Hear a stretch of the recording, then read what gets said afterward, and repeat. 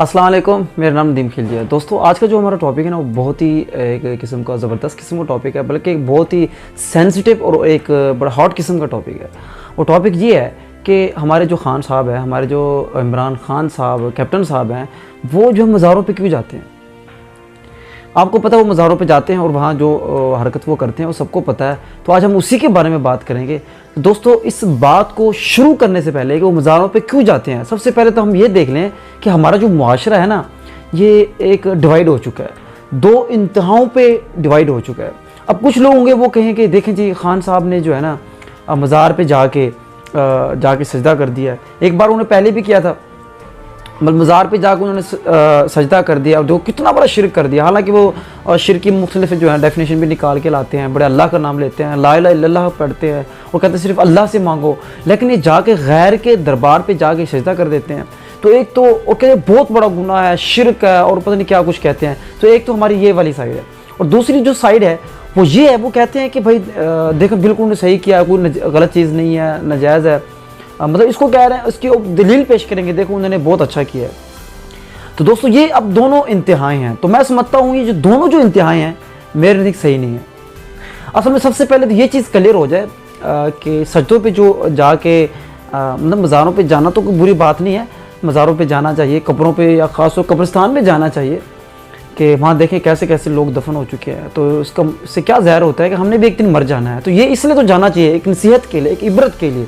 लेकिन वहाँ जाकर जो है ना, हम जाके सजदा करते हैं। अब देखिए ज़ाहिरी तौर पे, अब एक मरतबा मैं खान साहब को सुन रहा था, तो जब उनसे यही सवाल किया गया कि आपने जाके चौखट पे, दरबार की चौखट पे जाके आपने सजदा किया है, तो खान साहब ने कहा कि जी वो मैंने सजदा नहीं किया। हाँ, अलबत्ता मैंने उस जो चौखट को मैंने चूमा था, ताज़ीमी तौर पे मैंने उसको चूमा था, वो कोई सजदा नहीं था। चलें, ये तो उनकी सफाई आ गई। इस सफाई के बावजूद भी अगर हम उनको कोई ये कहता है कि सजदा करता है, तो मेरे ख्याल में ये नामुनासिब है। वो लोग मुतासिब हैं, जो उनकी एक बहुत ही इंतहा पसंदाना सोच है। लेकिन याद रहे, फिर भी इस तरह जाके किसी की जाके झुकना, ये भी इस्लाम में जायज़ नहीं है, बल्कि हराम है। क्योंकि लोग दूसरे ये समझते हैं कि देखें इतना बड़ा लीडर है, इतना बड़ा एक इंसान है, वो जाके अगर सजदा कर रहा है, झुक रहा है, तो लोग उससे नेगेटिव इम्पैक्ट लेंगे। बहरहाल किसी सूरत जायज़ नहीं है कि आप जाके वहाँ जाके झुकें। हाँ, इबरत के लिए आप ज़रूर जाएँ, अल्लाह के सामने सिर्फ झुकें, जैसे आप कहते हैं इय्याका नअबुदु व इय्याका नस्तईन, ठीक है। तो बिल्कुल उसी के मुताबिक तो ये चीज़ तो क्लियर होगी। अब जो लोग ये दलील पेश करें कि अच्छा किए, वो भी बिल्कुल गलत है। तो यूँ समझिए हमारी जो दो इंतहाएँ हैं, ये दोनों मैं समझता हूँ कि गलत हैं। अब आपको मज़े की बात बताऊँ, ये कि दो इंतहाएँ होती हैं, इनमें हमेशा याद रखें बीच वाला रास्ता भी होता है। अब ये मत समझिएगा कि वो बीच वाला, मैं कह रहा हूँ कि न्यूट्रल हो जाओ ये मत समझिएगा कि आजकल जो न्यूट्रल होते हैं वो वाला न्यूट्रल नहीं होना आपने, बल्कि आपने देखना है।